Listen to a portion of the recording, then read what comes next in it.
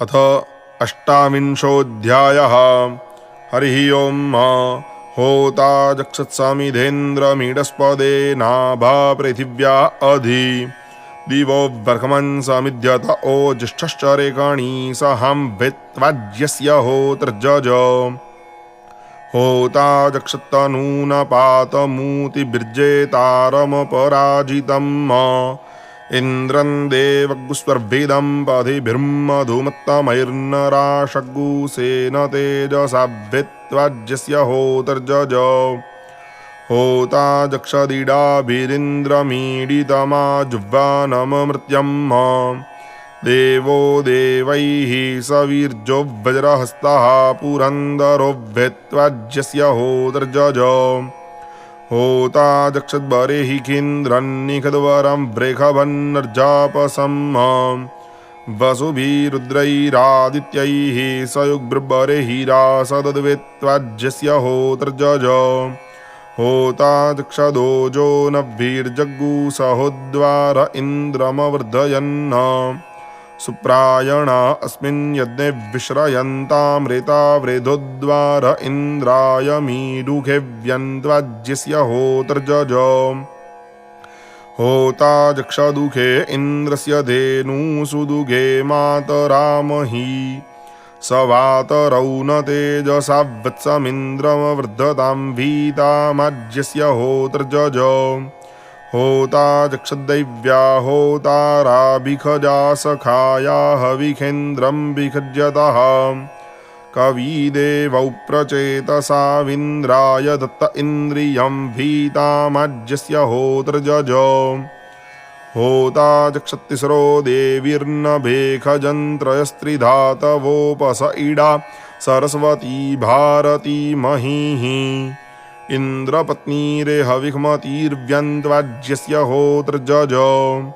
होता जक्षत्कष्टारमिन्द्रं देवं विखजग्गुसूयजङ्घृतश्रियम् पुरुरूपग्गुसुरेतसम्मघो नमिन्द्राय त्वष्टा दददिन्द्रियाणि वेत्वाज्यस्य होतर्जज। होता जक्षद्वनस्पतिगुषमितारगुषतक्रतुन्धियो जोष्टारमिन्द्रियम् मध्वासमञ्जन्पथिभिः सुगेभिः स्वधातिजद्दं मधुना घृतेन वेत्वाज्यस्य होतर्जज। होता जक्षदिन्द्रग्गुस्वाहाज्यस्य स्वाहा मेधसः स्वाहास्तोकानग्गुस्वाहा स्वाहा कृतीनाग्गुस्वाहा हव्यसूक्तीनां स्वाहा देवा अज्यपाजुखाणा इन्द्र अज्यस्य व्यन्दुहोतर्जज। देवं बर्हिरिन्द्रगुसुदेवं देवैर्वीरवस्तीर्णं भेद्यामवर्धयत वस्तुर्भृतं प्राक्तोर्भृतगुराया बर्हिमतोत्यगाद्वसुवने वसुधेयस्य भेतुजज। देवीर्द्वार इन्द्रगुसङ्घाते वीड्वीर्जामन्नवर्धयन् आवत्सेन तरुणेन कुमारेण च मीवता पार्भाणगुरेणुककाटन्नुदन्तां वसुवने वसुधे यस्य व्यन्दुजज। देवी उखासानक्तेन्द्रं जज्ञे प्रयत्यवेदम् दैवीर्विषः प्रायासिष्टाग्गुसुप्रीते सुधिते वसुवने वसुधे यस्य भीताञ्जज। देवी जोष्ट्री वसुधिति देवमिन्द्रमवर्धताम् अयाव्यन्याघाद्वे खाग्गुस्यान्यावक्षद्वसुवर्जाणि जजमानाय शिक्षिते वसुवने वसुधे यस्य भीताञ्जज। देवी ऊर्जाहुति दुघे सुदुघे पयसेन्द्रमवर्धताम् इहमूर्जमन्यावक्षत्सग्दिग्गुसपीतिमन्यानवेन पूर्वन्दयमाने पुराणेन नवमधाता मूर्जमूर्जाहुति ऊर्जयमाने वसुवर्जाणि जजमानाय शिक्षिते वसुवने वसुधे यस्य भीताञ्जज। देवादैव्या होतारा देवमिन्द्रमवर्धताम् हतागषग्गुसावाभर्ष्टं वसुवर्जाणि जजमानाय शिक्षितौ वसुवने वसुदे यस्य वीताञ्जजो देवीस्तिस्रस्तिस्रो देवीः पतिमिन्द्रमवर्धयन् अस्पृक्षद्भारती दिवग्गुरुद्रैर्जज्ञग्गु सरस्वतीडा वसुमती गृहान् वसुवने वसुदे यस्य व्यन्तुजजो देव इन्द्रो नराशग्गु सस्त्रिवरूथस्त्रिबन्धुरो देवमिन्द्रमवर्धयत शतेन शितिपृष्ठानामाहितः सहस्रेण प्रवर्तते मित्रावरुणेदस्य होत्रमरेहतो बृहस्पतिस्तोत्रमश्विनाध्वर्जवं वसुवने वसुधे यस्य भेतुजजो देवो देवैर्वनस्पतिर्हिरण्यपर्णो मधुशाखः सुपिप्पलो देवमिन्द्रमवर्धयत दिवमग्रेणास्पृक्षदान्तरिक्षं पृथिवीमदृग्गुहीद्वसुवने वसुधे यस्य भेतुजजो देवं बर्हिर्वारितीनां देवमिन्द्रमवर्धयत स्वासस्थमिन्द्रेणासन्नमन्या बर्हि गुख्यभ्यभूद्वसुवने वसुधे यस्य भेतुजजो देवो अग्नेः स्विष्टकृद्देवमिन्द्रमवर्धयत स्विष्टं कुर्वन् स्विष्टकृत् स्विष्टमद्य करोतु नो वसुवने वसुधे यस्य भेतुजजो अग्निमद्य होतारमवृणीतायं जजमानः पचन् भक्तिः पचन् पुरोडाशं बध्नन्निन्द्रा यच्छागम् सुबस्ता अद्य देवो वनस्पतिरभवदिन्द्रायच्छागेन अगत्तं मेदस्तः प्रतिपचताग्रभीदविवृधत्पुरोडाशेन त्वामद्य रेखे त्वामद्य रेख आरेखेयरेखीणान्नपादव्रणीतायं जजमानो बहुभ्य आसङ्गतेभ्य एकमे देवे वसुवर्जा यक्ष्यत इति ताजा देवा देवदानन्यदुस्तान्यस्मा आचशास्वा च गुरस्वेखितश्च होतरसि भद्रवाच्याय प्रेखितो मानुखः सूक्तवाकाय सूक्तब्रूहि होता जक्षत्समिधानं महद्यशः सुसमिद्धं वरेण्यमग्निमिन्द्रं वयोदसम्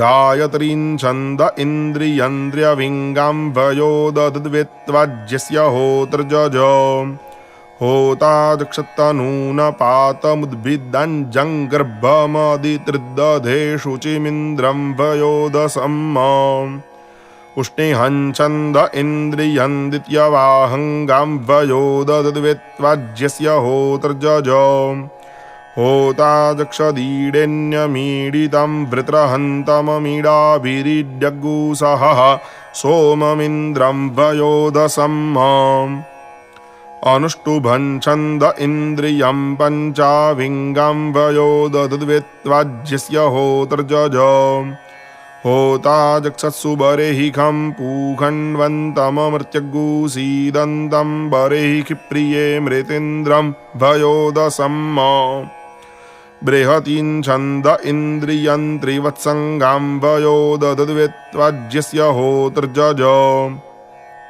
होता जक्षद्व्यचस्वतीः सुप्रायणा रेता वृधोद्वारो देवीर्हिरण्यैर्ब्रह्माणमिन्द्रं वयोदसम् पङ्क्तिं छन्द इहेन्द्रियं तृजवाहङ्गां वयो ददद्व्यन्त्वाज्यस्य होतर्जजो होता जक्षत्सुपेशसासु शिल्पे बृहती उभे नक्तो खासा न दर्शते विश्वमिन्द्रं वयोदसम् त्रिष्टुभं छन्द इहेन्द्रियं पष्ठवाहङ्गां वयो ददद्वीतामाज्यस्य होतर्जजो होता जक्षत्प्रचेतसा देवानामुत्तमञ्जशो होतारादैव्या कवीसयुजेन्द्रं वयोदसम् जगतीं छन्द इन्द्रियमनुर्वाहङ्गां वयो ददद्वीतामाज्यस्य होतर्जजो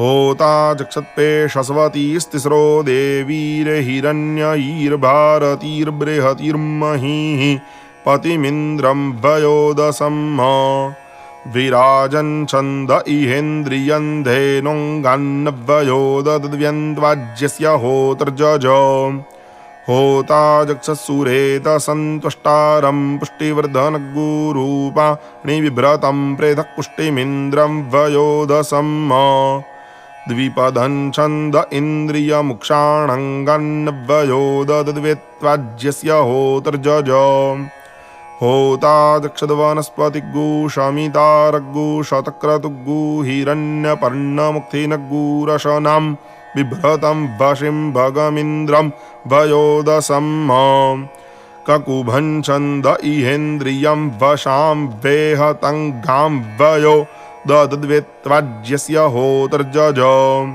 होता जक्षत्स्वाहा कृतिरग्निं रेहपतिं पृथग्वरुणं भेखजं कविं क्षत्रमिन्द्रं वयोदसम् अतिच्छन्द संच्छन्द इन्द्रियं बृहद्रेखभङ्गां वयो दद्व्यन्त्वाज्यस्य होतर्जज देवं बर्हिर्वयोदसं देवमिन्द्रमवर्धयत गायत्र्याच्छन्दसेन्द्रियं चक्षुरिन्द्रेव्वयो दद्वसुवने वसुधेयस्य भेतुजज देवीर्द्वारो वयो दशग्गु शुचिमिन्द्रमवर्धयन् उष्णिहाच्छन्दसेन्द्रियं प्राणमिन्द्रेव्वयो दद्वसुवने वसुधेयस्य व्यन्तुजज देवी उखासानक्ता देवमिन्द्रं वयोदसं देवी देवमवर्धताम् अनुष्टुभाच्छन्दसेन्द्रियं बलमिन्द्रेव्वयो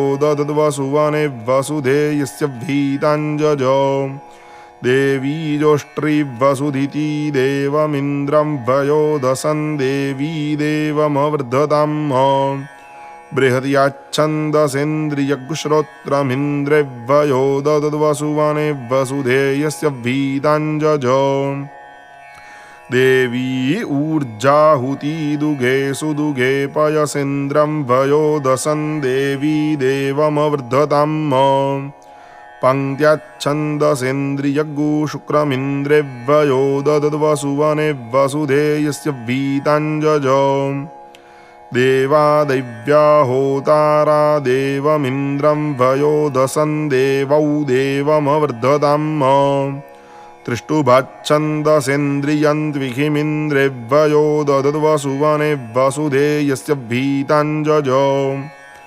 देवीस्तिस्रस्तिस्रो देवीर्वयोदसं पतिमिन्द्रमवर्धयन् जगत्याच्छन्दसेन्द्रियगुषुखमिन्द्रेव्वयो दद्वसुवने वसुधेयस्य व्यन्तुजज देवो नराशग्गुसो देवमिन्द्रं वयोदसं देवो देवमवर्धयत विराजाच्छन्दसेन्द्रियगुरूपमिन्द्रेव्वयो दद्वसुवने वसुधेयस्य भेतुजज देवो वनस्पतिर्देवमिन्द्रं वयोदसं देवो देवमवर्धयत द्विपदाच्छन्दसेन्द्रियं भगमिन्द्रेव्वयो दद्वसुवने वसुधेयस्य भेतुजज देवं बर्हिर्भारितीनां देवमिन्द्रं वयोदसं देवं देवमवर्धयत ककुभाच्छन्दसेन्द्रियं जश इन्द्रेव्वयो दद्वसुवने वसुधेयस्य भेतुजज देवो अग्नेः शिष्टकृद्देवमिन्द्रं वयोदसं देवो देवमवर्धयत अतिच्छन्दसाच्छन्दसेन्द्रियं क्षत्रमिन्द्रेव्वयो दद्वसुवने वसुधेयस्य भेतुजज अग्निमदीय होतारमवृणीतायं जजमानः पचन् भक्तिः पचन् पुरोडाशं बध्नन्निन्द्रायव्वयो दशेच्छागम् सुपस्था अद्य देवो वनस्पतिरभवदिन्द्रायव्वयो दशेच्छागेन अगत्तं मेदस्तः प्रतिपचताग्रभीदविवृधत्पुरोडाशेन त्वामद्य रेखे त्वामदिहरेख आरेखेयरेखीणान्नपादव्रणीतायञ्जमानो बहुभ्य आसङ्गतेभ्य एकमे देवे वसुभर्जा यक्ष्यत इति ताजा देवा देवदानन्यदुस्तान्यस्मा आचशास्व च गुरसवेखितश्च होतरसि भद्रवाच्याय प्रेखितो मानुखः सूक्तवाकाय सूक्ताब्रूहि हरि।